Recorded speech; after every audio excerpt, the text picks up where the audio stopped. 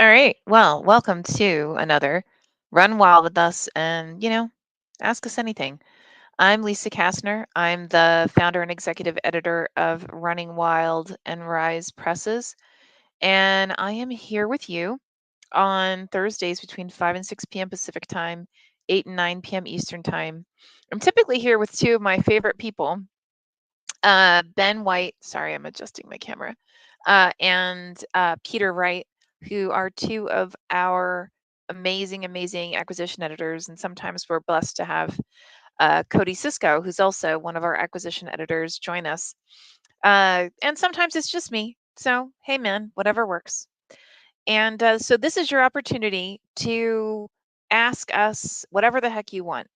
Now, we actually started this back in the beginning of the pandemic.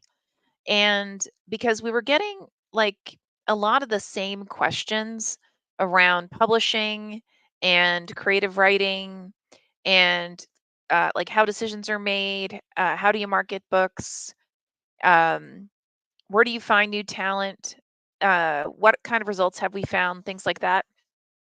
And we thought, you know what? Why don't we just go ahead and we'll start a live stream once a week so folks can ask us the questions live. And at least, I don't know about you, but at least for me, when I have an opportunity to ask questions on the fly, a lot of times it actually helps me better understand um, the answers.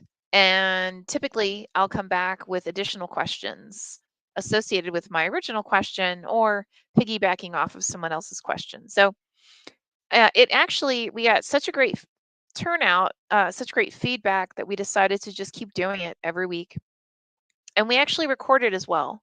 So if you hear about this or you find this online, and you come up with a question, you can go ahead and toss that question into the comments section of whatever venue you're on. This is on Instagram, Facebook, Twitter, LinkedIn, YouTube, and I when I can, I also post it on TikTok. Sometimes the recordings are a little bit too long for TikTok, but anyway, so I already see we've got Caroline here. Caroline says, great to see you all. Lisa, Ben, Peter. Caroline, as always, fantastic to see you. Uh, just Caroline is actually one of our authors. So that's also something kind of fun because we don't typically have an opportunity to spend time with our authors in real time. It's super fun that we get to have a chance to have little chats on this venue. Yeah, so actually today it turns out is extra special because today is the launch day for my second novel in a series. The novel is called Family Pack. I don't know if you can see that.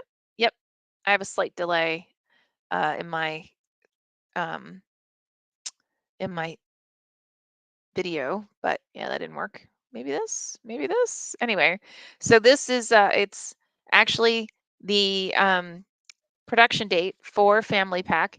If you buy Family Pack and you send me a snapshot of the cover, then I will send you a PDF version of the original book, the one that started the series, Cure. And I really think that Family Pack is totally a standalone, but I also think that you could have a lot of fun reading Cure as well.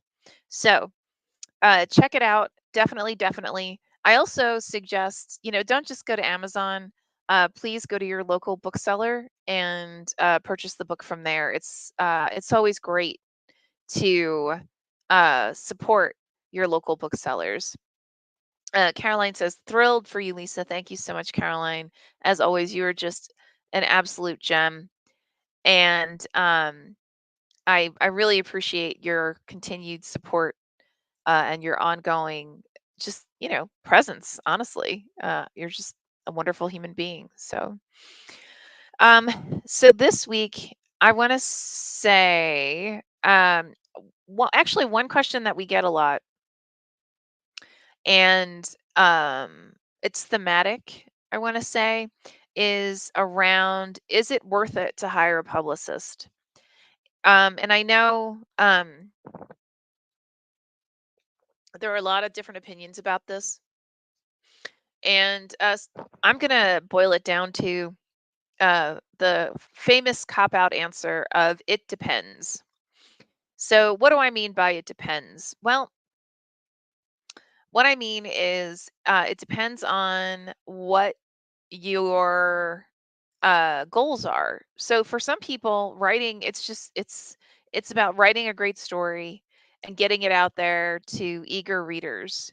And if that's you're not about numbers, you're not like, hey, I need to hit the New York Times bestsellers list.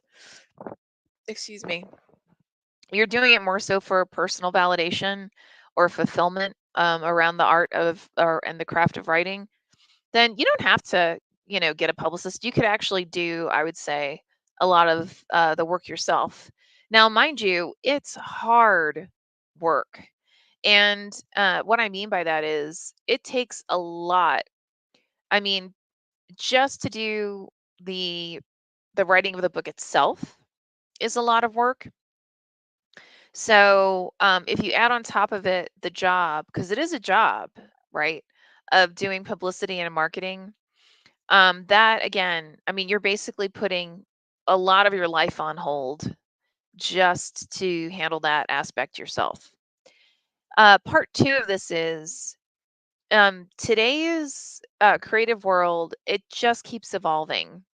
And what I mean by that is there was a time when um, retailers and uh, booksellers and libraries, they only wanted to hear from the author, right? They didn't want to hear from the publisher.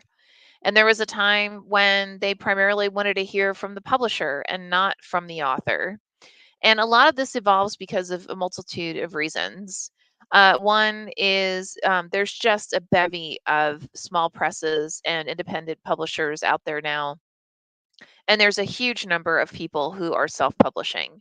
And that's wonderful, honestly. I mean, if you think about it, having all this technology available that enables us to get our stories out there, right? I mean, that's phenomenal. And to get the stories out there in a multitude of ways, ebook, paperback, audiobook, you can actually hire somebody to translate your book for you or your story for you. You could just have something published through an online journal. You can submit to a classic magazine or journal, things like that. I mean, there's just so much available that oftentimes, I think a lot of what is happening right now in terms of venues, deciding on what books they're going to have on hand and what ones they're not going to have on hand, as well as, who are they going to come and speak at their local venue. It keeps changing how they're getting the information and who they're bringing in, things like that. A lot of times it's because, like I said, there's just this bevy of people and of talent out there. And there's only so many hours in a day, and there's only so many days in a year. So, it's really trying to figure out, okay, is this a good fit for our location? And, I encounter this all the time. Believe it or not, when I first started running wild, a uh, I couldn't get a bookstore to bring me on for the life of me.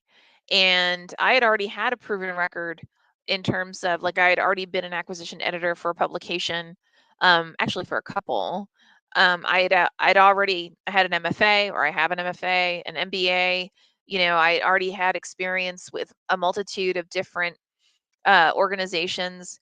And I mean, booksellers were just like, screw off. You're an independent publisher, which means, we don't want to talk to you because from our perspective, you're just a small indie and you're going to disappear within 6 months. Now, uh, in defense of that response or those types of responses, the reality is they're not wrong. I mean, if you look at the numbers of publishers who go out of business within the first year, it's crazy. It's something like 50%. And then within, I believe, 3 years, it's another 20% of that from that subset. And then I think it's within 5 years, there's another like 20 or 30%. So, you've really got to be in it for the long haul. And that's not just as a publisher, that's also as an author. Um, because, the first several years, you're really, this is an investment. I mean, you're doing long game. So, you've really got to stick it out, and you really have to be aware that, so much of this is you've got to have it all. You've got to be a great writer. You've got to be engaging. You need to be willing to put yourself out there and to be a bit make yourself available in multiple venues. You need to be willing to go out to conferences. You need to go out to workshops. You really need to be willing to put yourself out there, and the reason for that is oftentimes um you know, you have to build those relationships so people even know who you are and they're even aware of your stories, right? So even though you may have written something fabulous and your publisher knows it's fabulous, but you've got to make sure that others are aware that it's even available. Caroline says, but still, Lisa, probably a little too much from my experience. Independent bookstores are often overwhelmed. Agreed. And I'm dear friends with some amazing, amazing independent booksellers that are local to the Los Angeles and San Diego areas. And I mean, they are absolutely phenomenal people, incredible, very, very wonderful in terms of their backing of independent authors. And I mean, just they're just looking for a great read, right? And they want to support great reads. So it's getting themselves out there, or getting yourself out there so they know that you're available. Caroline says, I'm finding reviews are so important. Caroline, honestly, I agree. Now what's funny is, once upon a time I thought that a great read, or excuse me, a great review was it was dependent on, it had to be a big name, right? So I used to think that in order for someone to pay attention to a review, it had to be by like a Stephen King, or a Lee Murray, or a Dean Koontz, or a Jamie Ford, right? And who, by the way, I mean, these guys as well, they are out there working their tushies off, right, to get great stories out there. And they are all trying so hard to support those who are new to the industry, and actually and support fellow writers. But again, there's only so many hours in a day, only so many days in a year. And so it can be very, very hard with all these additional expectations to find the time to read, an up and coming novelist, and get those reviews out there. So what I found is a lot of times people, they're looking at like uh they're looking at like the Amazon reviews and the reviews on, general sites, and just saying, okay, um what what are the kinds of responses that this book is receiving, right? What kind of reviews are they getting from the general public?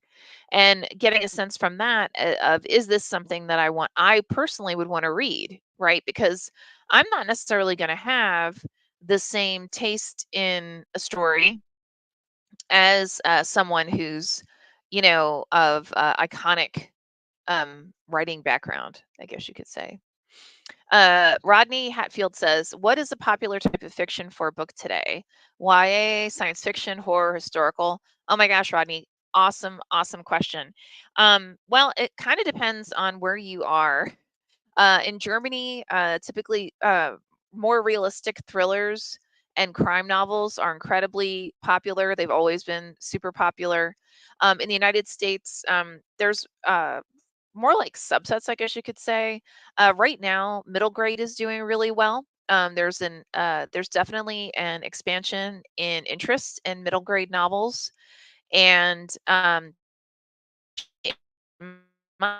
it's because they're fun, fast reads, and you get fulfillment from them. And with our crazy um, schedules, sometimes that's what you're looking for. You're looking for a fun, fast read that, you're gonna, when you're done, you're like, wow, that was awesome. YA, from my understanding, is not as popular as it used to be. Science fiction, horror, historical. I have to admit, I have a bit of a bias.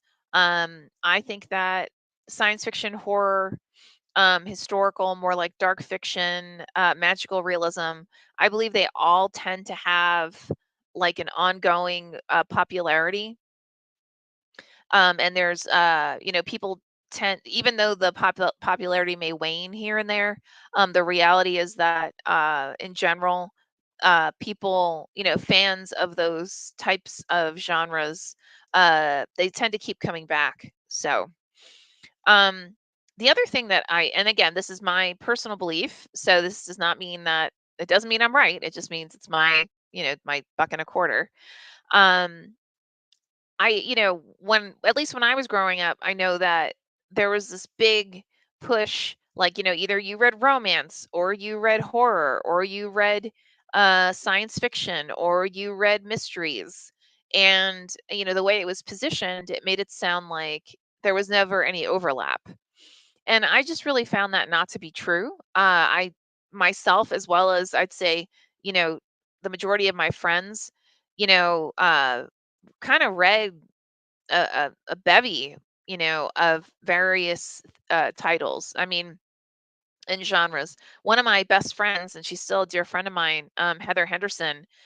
She wasn't a big fan of novels. She wasn't a big fan of anything, that was kind of like, thick, like this.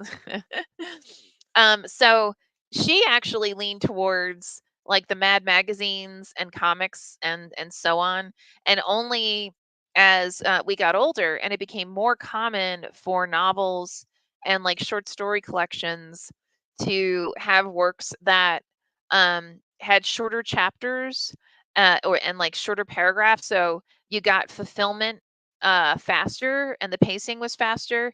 Did she actually start leaning into these kinds of like these longer pieces? And I admit, I think this is 80,000 words, so I mean it's not tremendous, but it's not short either, right? um like, yeah, I have friends who, they publish regularly between 120 and 140,000 words, which to me still, I mean, saying it is, it like my brain kind of goes, right? Because to me, that's a lot. But, but especially the few friends I am thinking of, they know how to keep the pace going and how to keep the reader's interest. So even though the work may be longer, uh, they don't lose the reader, as due to the length of the story, and the meatiness or the heftiness of the story. So Caroline says Cure is a good length. Thank you, Caroline. I really like the length of Cure. So Cure is the first in the like magical realism horror thriller novel that I published around a young woman who discovers that basically she's a lycanthrope, and or as some may call it, a werewolf. And um, she is just kind of thrown into this world of the lycanthropes, and a fighting group. One group believes that humans and lycanthropes are supposed to live side by side, and another group believes that they're supposed to dominate humans and take over the world in essence, right? So, um, and the I'd say like two-thirds of the story are about this like unraveling of a plan to take over the world through taking over those who represent humans at the UN. So anyway, Teal James says, I agree. Cure was the right length for the pace and style. Thanks, TJ. As always, totally value your thoughts. Caroline, same. So thank you for the really kind words. So yeah, so Rodney, I mean, I really think a lot of it is it comes down to what the reader is looking for. One thing I read recently was that book sales have decreased significantly.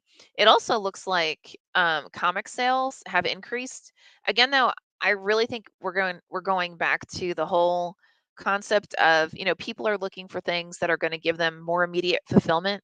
And you if you got a really good comic, you're gonna you get fulfillment out of that baby, pretty fast.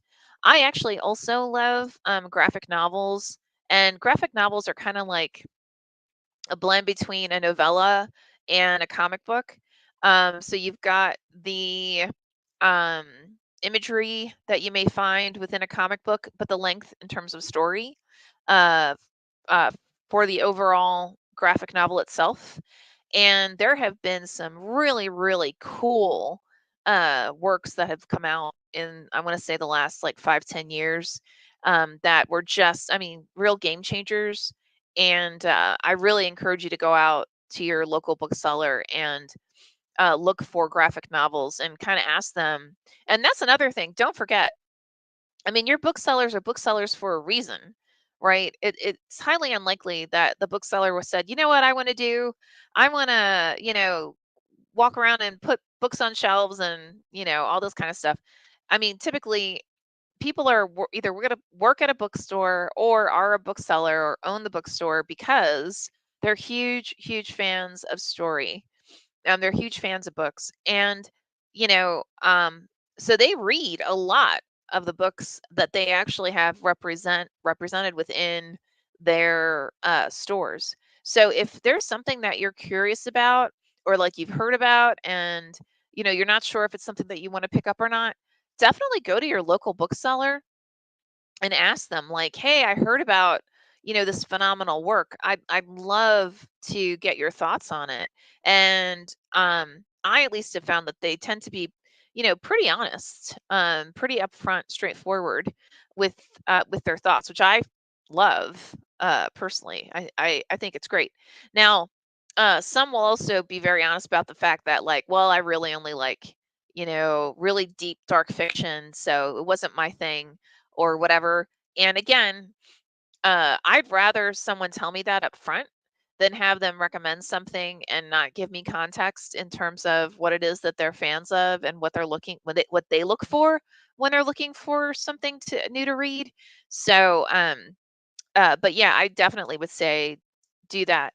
And then another thing that can be great if you're looking for fiction, and honestly, Rodney, if you want a great insight into what's popular, if you have either a specific genre that you're into, or even if you don't have a specific genre that you're into, but you're either a writer or you're looking to become one, I'd say go to a writers conference or go to, like, a Comic-Con if it's more something more along the lines of pop culture storytelling.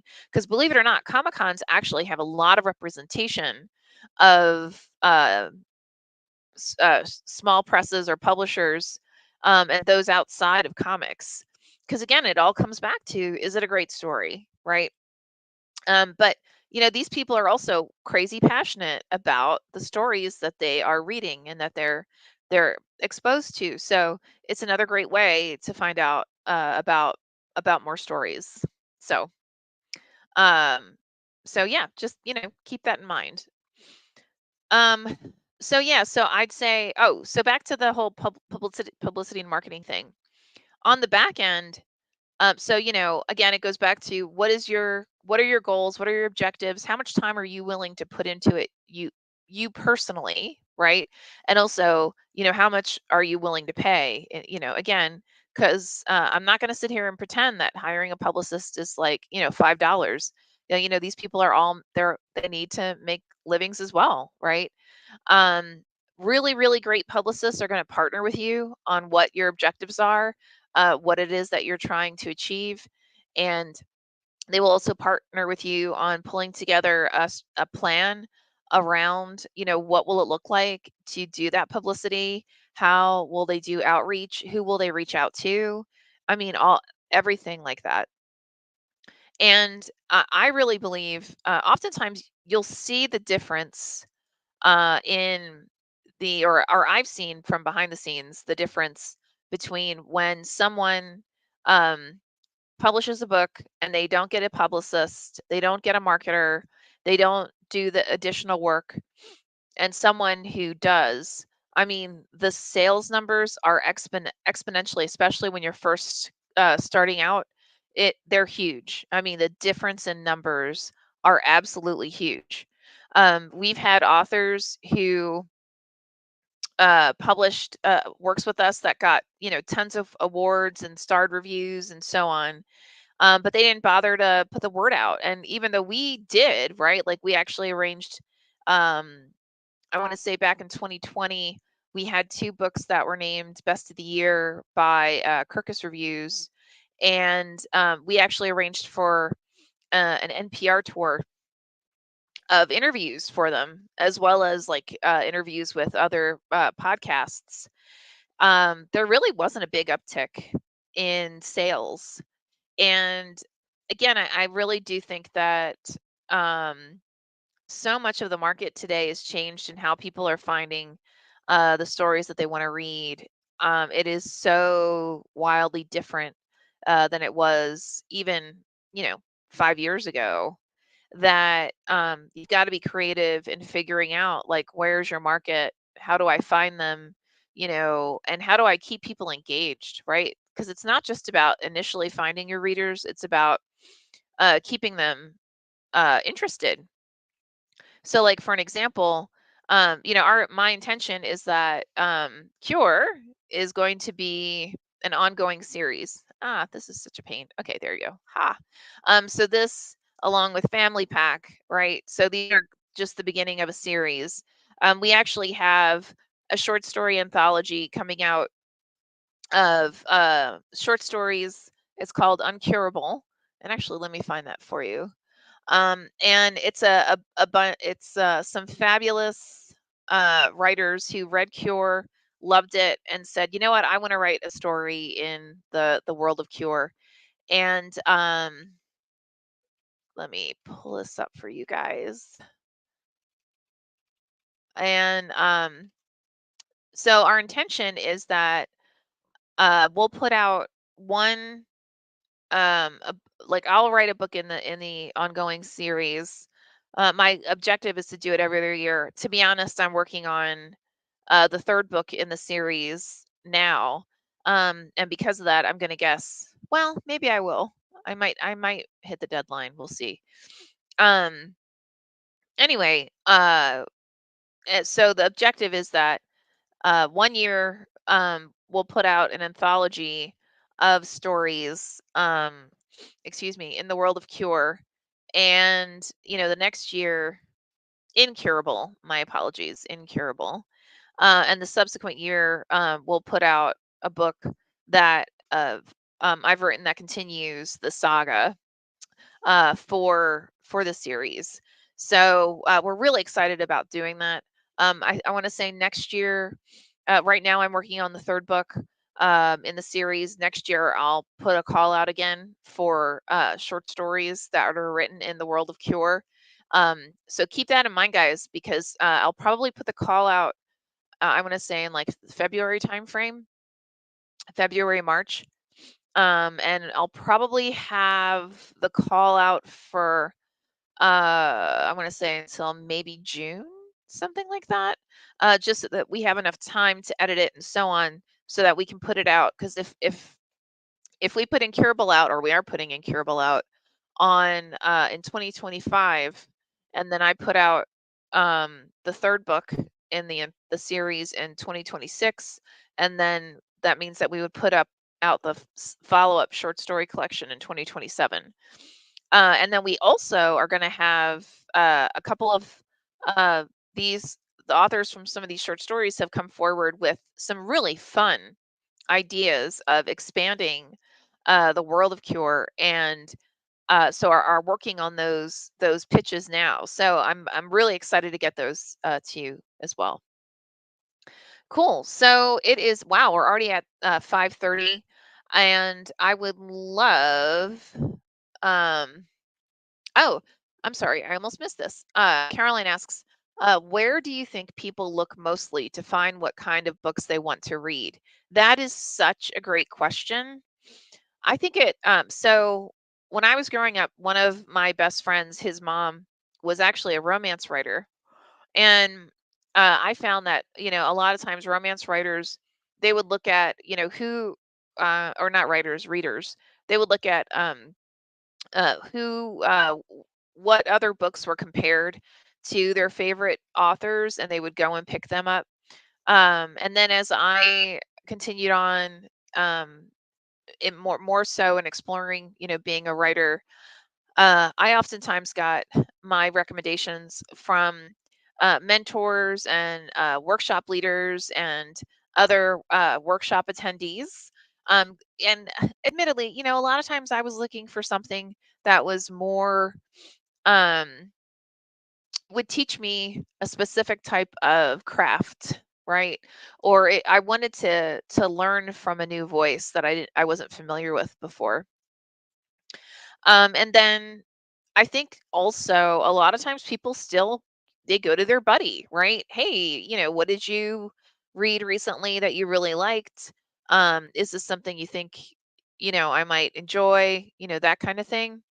But I also really believe that so much of um, the the way that people are finding stories now is they know what they like, right? They like a thriller or they like a good mystery or they like, something that's really more character driven. They may not know that it's character driven, but it's more instinctively that they're aware of it. And so when they go to their local bookseller, they may say, I'm a huge Dean Koontz fan. Do you have any stories that are similar to that or any authors that write in a similar vein? And they'll pick them up that way. And honestly, I really think that's why it's so important in today's market to really tag your stories well. And I admit I'm not the best at that. I really wish I was. I wish I was so much better. But proper tagging, because it's not just whether people are searching, tagging against the terminology that people are searching on, but it's also having those tags so that when the search bots are going through and looking for, something that you may be most interested in, having proper tagging will enable it or them to properly find those stories. So you know, I really do think it's not as random as it could be, but I think it's much more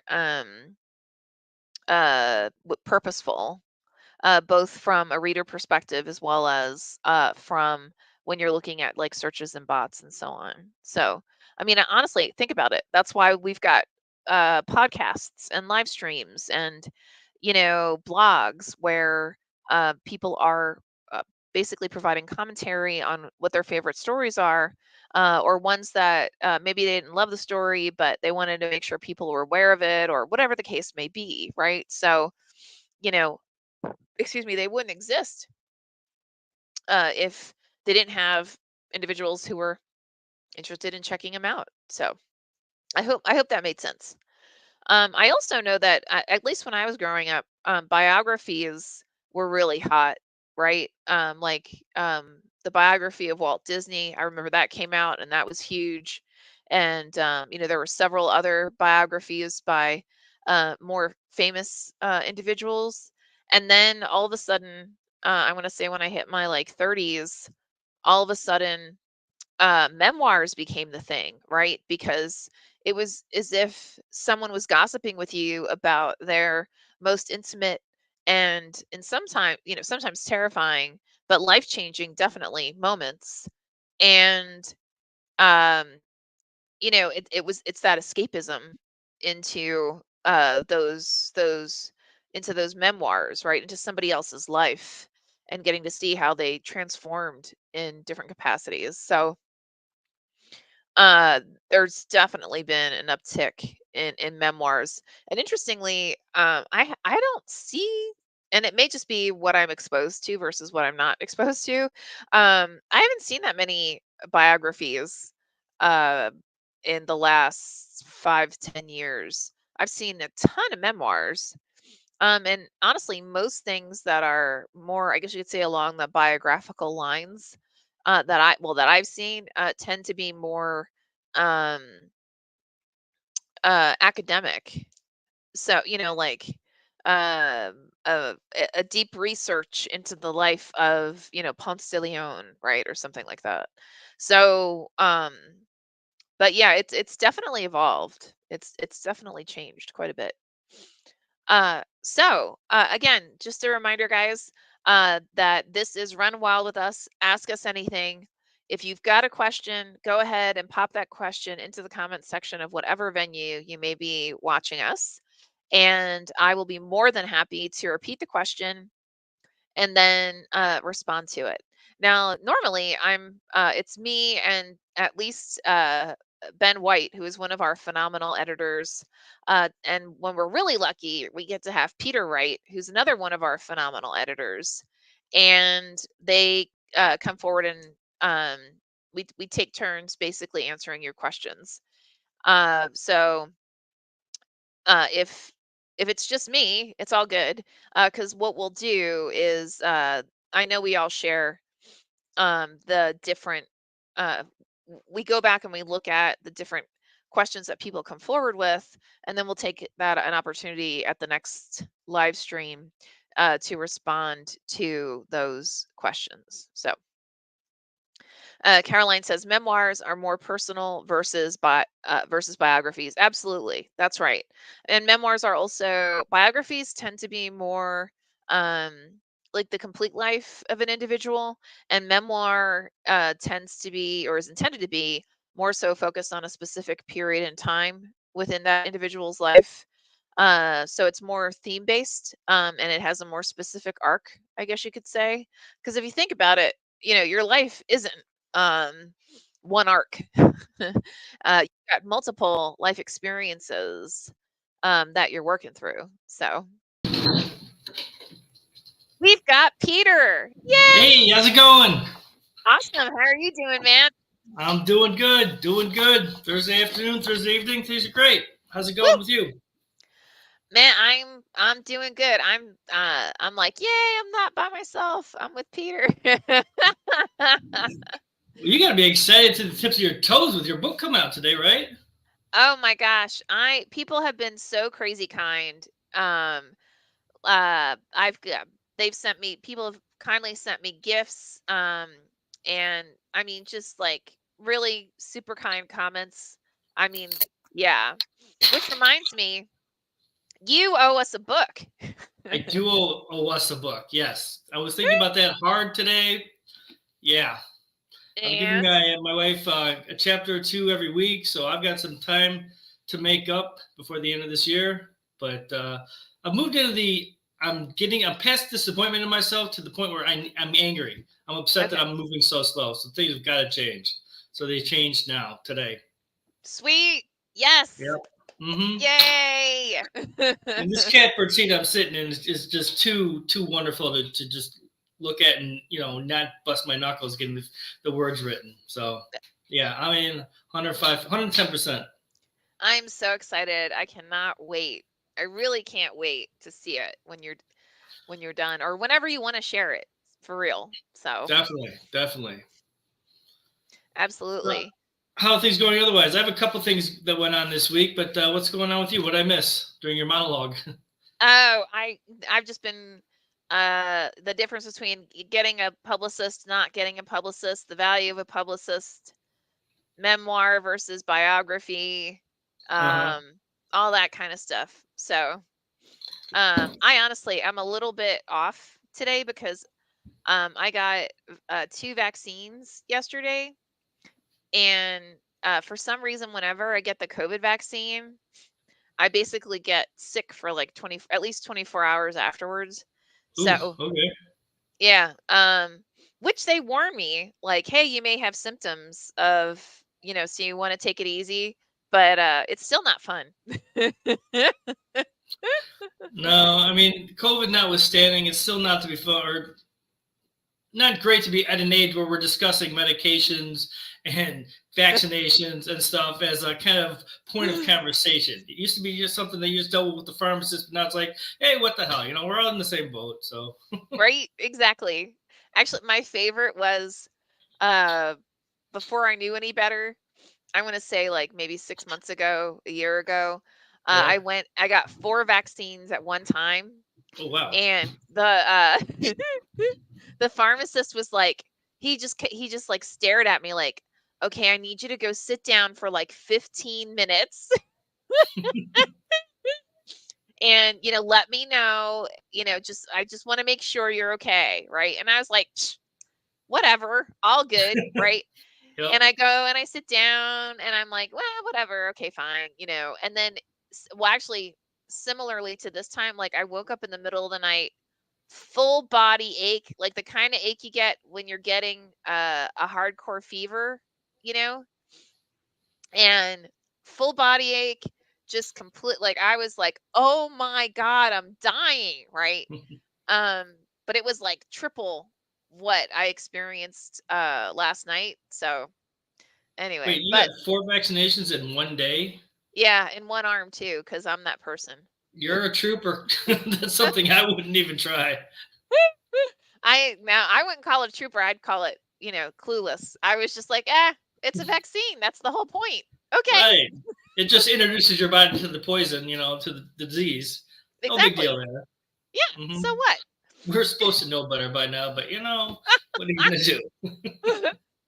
Well, I didn't say I had any common sense. I just said I got 4 vaccines. But I Got want to it. hear about you. What was like what are what's your fun stuff for the week? Oh, it's not fun. It's not fun Oh, okay. whatsoever. Well, It's that's one of those shit. necessary things that you just have to deal with, and you kind of look at the bill afterwards and going, "Yeah, I know this was necessary, but damn, I didn't want to pay this much money."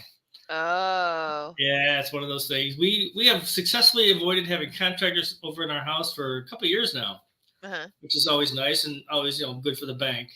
But our AC unit conked out a week and a half ago. No. And Guys, if you he's in don't have Florida. AC in Florida, whether you're north, south, or whatever, you turn into bacon inside your own damn house. Hell yeah.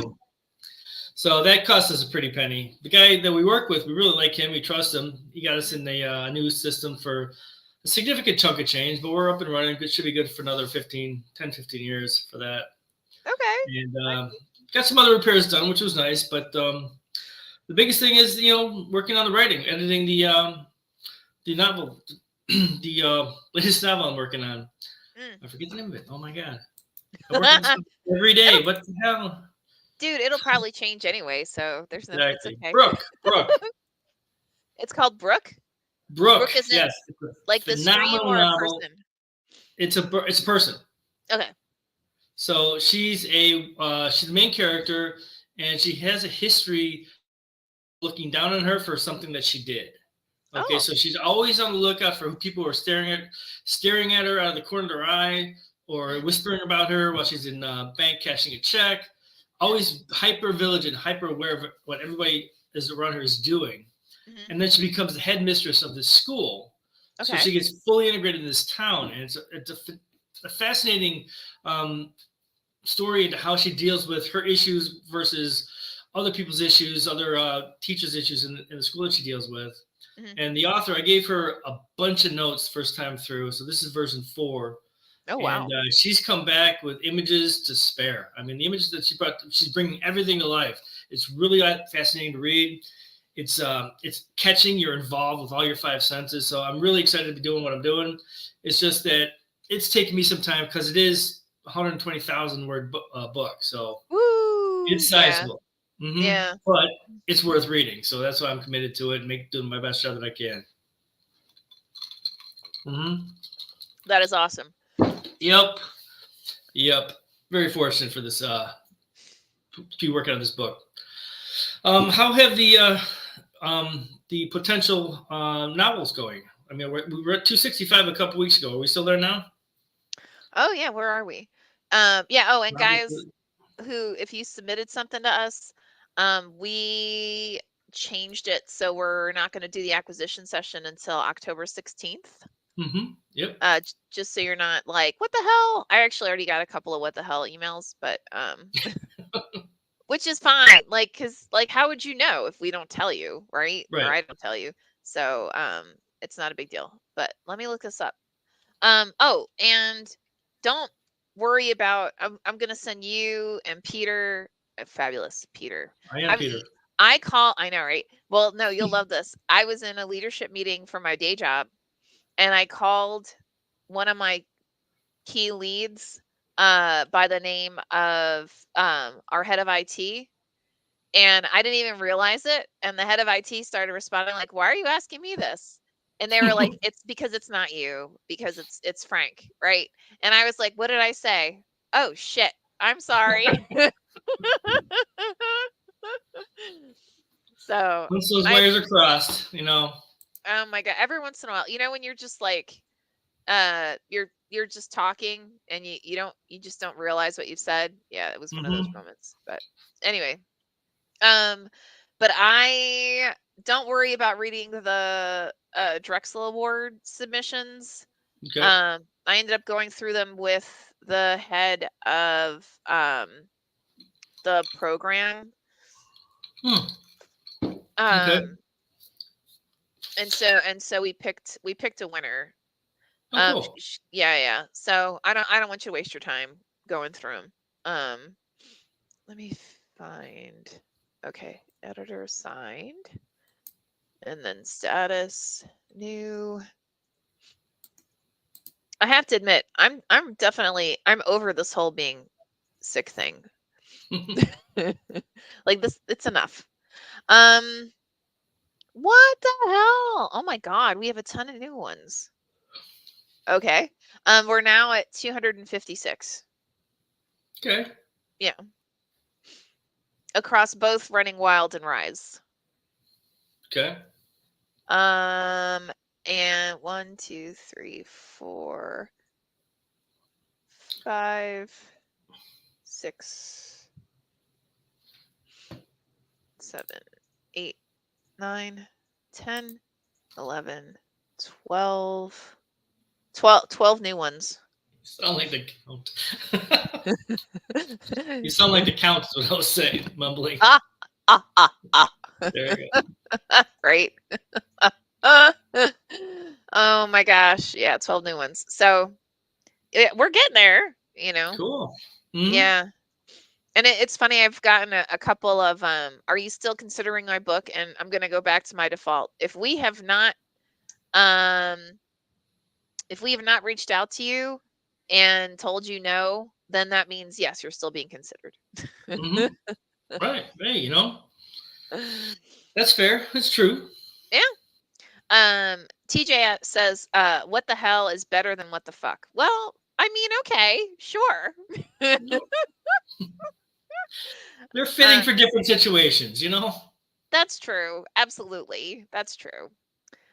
Teja says, Lisa, are you feeling good? You feel like you are thinking a lot of things at once.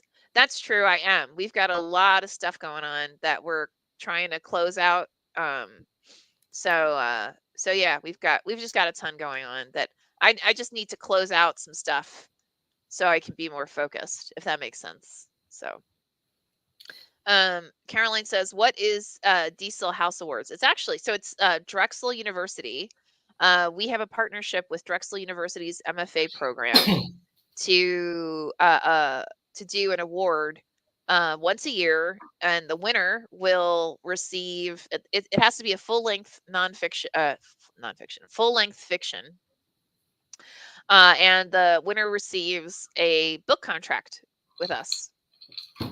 So this is the first year we're doing it, and we actually, I know Peter was reaching out to another potential university that we may want to partner with. So who knows? Maybe we'll partner with a couple. But Yeah, I didn't mean to interrupt. Go ahead. no, go ahead. Okay. So I'm meeting with the director of another MFA program, low residency program, on Tuesday. Oh, So I'm cool. watch the idea with her. She's a dear friend, but I give her the opportunity. She's running a fantastic program. She actually was the originator behind the low res MFA for this school. So I think that if she's interested, it'd be a great way, great thing for her students. Oh, wow. Is this the same one that you spoke at a couple weeks ago, or no? No, that actually didn't. It led to a speaking opportunity at this small writers group for this Hmm. for this instructor. Hmm. I'm actually not going to pursue this with the school. I don't think that they'd be interested given the current leadership. Ah, So got it. I'm going to pursue. I'm going to pivot right and talk to my friend and see what she has to say about it. Okay, But I cool. think it's a wonderful opportunity, and why would anybody turn it down? But we'll see what she says on Tuesday. Awesome. Yeah, Yeah, absolutely. she's actually friends with I'm not going to call her a travel agent, but someone who has connections abroad. So Uh-huh. their summer residency next year is going to be in Oxford, I think. Oh, wow. Oxford, England, Cool. yeah. And their winter residency was in Italy last summer, I think. So they're Wow. based in Michigan. She moved from Connecticut to Michigan to be closer to school, but Mhm, she's doing these abroad low residencies, and mhm. I'm not jealous, but I am going. That's a heck of an experience for her students to take with them on their writing journey. I think it's amazing to be able to do what she's doing with the program. Well, honestly, I don't know if I mentioned this before. Our book sales have tripled Really, compared to last year. that's Yeah, and we're not, fantastic. yeah, and we're not even done. So I want to see if I can do what we did a couple years ago, which is offer like the behind the scenes folks to go on a cruise. Um, That'd be cool. yeah, yeah. So that would be a lot of fun. Mm-hmm. For those of you watching, when we switched to our new distributor, well, I guess they're not new anymore. Um, IPG, our sales just like they exploded. I mean, really increased dramatically. And I knew it wasn't just the fact that we uh we moved to a distributor. I knew it was also because we all worked our tushies off for it, right? And we always do. I mean, we always work really, really hard to make things happen. So what I did is I researched a bunch of different um, cruises and found a really cool cruise that, because they consider it like a corporate event, they gave us a great rate. And I was like, okay, guys, let's go party. And so we went on this like long weekend cruise and just, got our party on basically. So That was a lot of fun. yeah, I want to see if I definitely want to see if we can do this again. Like, but I want to make sure Peter can make it. Why do I keep doing that? I want to make sure Ben can make it. Ah, my God. Some days my brain, it just needs to like catch up with my mouth. But Yeah, I want to party with Ben. That's for sure. I want to see what that wild man can do. You know, oh yeah, with totally. a daiquiri or two on the dance floor. I know he's got moves. Oh, I'm sure that would be hilarious. I, I would love to see him getting his dance on. That would be so fun. But so anyway, so yeah, so I'm definitely looking for that. Um Taz says we need a party. I agree. We totally need a party. It's just figuring out the whens and the wheres. So Mhm. So, do you have book signings scheduled or any readings for your latest novel? I just put it in the chat. I have a book signing coming up on Saturday of this weekend on the Cool. 5th, from 3 to 5 at Artifacts Bookstore in Encinitas. It is the coolest combination of new and used bookseller, and the owner is also an author, and he is such an amazing guy. Him and his wife are absolute sweethearts. So it'll be me and Jonathan Mayberry. Jonathan's going to be launching two books actually, um, at the same time, and then we have another uh, reading and in-store event at Mysterious Galaxy, and you've got to love this. It's on October 13th. I mean, you Okay. couldn't pick a better date, right? And then and I've got a couple other events in November. And from November 10th to the 14th, I will actually be in New York City. Wow. So, um, and it's to announce the book award for Drexel's book award. So Awesome. guys, if you know of a bookstore where either I'm happy to go and sign books or to do a book signing, either one, all good. Just let me know and I'll reach out to them. I'm happy to. So just putting that bug in your ear. Um, those are the big ones right now. And then I'm just trying to honestly, Peter, like you, I am just trying to get, well, you're much farther along than I am. I'm just trying to get the bones of my next book like on paper Yeah. so that I can start like really fleshing it out, you know. Hmm.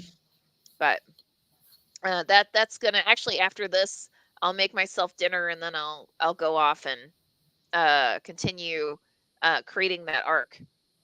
So don't be Cool. surprised if you get an email from me saying, "Hey, would you look at this and let me know if it sucks?"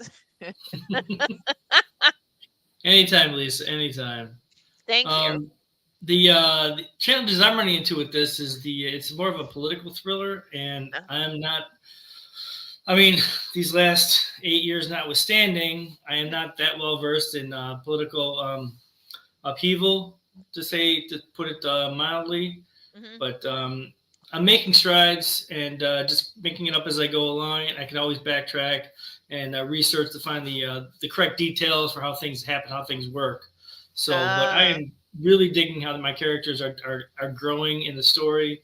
I just gotta let go and just see what they come up with because they're interesting. They're very attention grabbing, and they demand that you read and understand their story because they have to tell it, and that's the best way I can say to put it. Best way I can put it is that they have to tell their story, and I'm just their channel. It's their thing. that's awesome. Mm-hmm. Do you have anyone who's like really super passionate or can give you the behind the scenes insights for how politics work, like really work in the United States? I have my ideas, but do I have an actual person? No, unfortunately, I do not. Oh, okay. Yeah.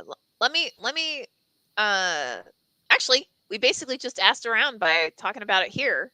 Yeah, that'd be fantastic. If you want to chime in or give me some ideas or some help, that'd be very much appreciated. Very, really appreciated. Cool. Yeah, and I'll ask around and see if I can find Okay. anyone. Okay. Definitely. Mhm. Awesome. Thanks. TJ says, "Break a leg this Saturday. Remember, it is Schrodinger's bestseller until it is turned down." You know what? Honestly, that's a lesson that I definitely need because I don't always go into things thinking this is going to be huge. You know, I typically write it because I'm like, this is a really super fun story and I'm really enjoying it. And I think other people are going to enjoy it. Right. And Hmm. then I put it out there and um, honestly, this is with everything. It's with workshops, it's with panels, it's with, I'm also recording on a podcast on Saturday morning at an insane hour at like 7 a.m. But I don't think it'll actually post until much later. But anyway, I tend to come into things with the thought of, well, we'll see what happens. So I really should go into it with all right, this is going to rock the house, right? Everyone's going to love this and do things to make it true, if that makes sense. So, Excuse me. Yep, for sure. yep, absolutely. I And mean, what do you gotta you leave them with your writing for sure. Yeah, right? It's all about the writing, man. Hmm. Um and so what do you have coming up? I know you just mentioned that you're going to be meeting about the with it low residency MFA. Anything else exciting going on? That's the biggest highlight right now. I mean, things go. The talk the other day went fantastic. I really enjoyed talking to the group of writers.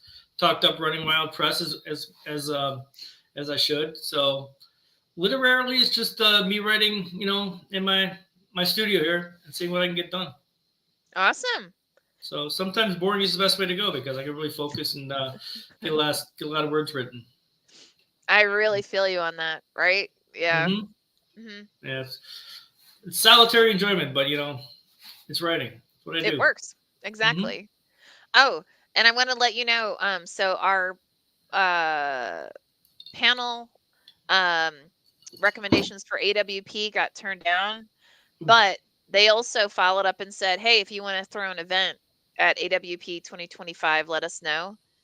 Yeah, Awesome. I just haven't had a chance to actually follow up on it. So I'll probably look into it a little bit more like this weekend. Yeah. But yeah. hmm Yeah, let's definitely talk about that. That sounds fantastic. Yeah, we did it ages ago, right? We did an AWP event, but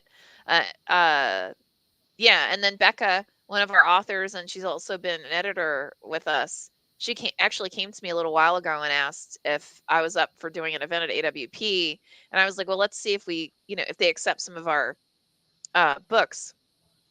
So now that they've said no, we can refocus on the actual events. So yeah. Cool. Wow. So actually, we're over time. I want to thank everybody so much for joining us. It has been an absolute pleasure. As always, you guys freaking rock. Peter, as always, I mean, dude, at this juncture, we're just siblings. So that's how it works. So guys, definitely come out, spend time with us. Thursdays, 5 p.m. Pacific time, 8 p.m. Eastern time, and ask us whatever the hell you want. So we will see you then. Awesome. Bye, guys. Awesome. See ya.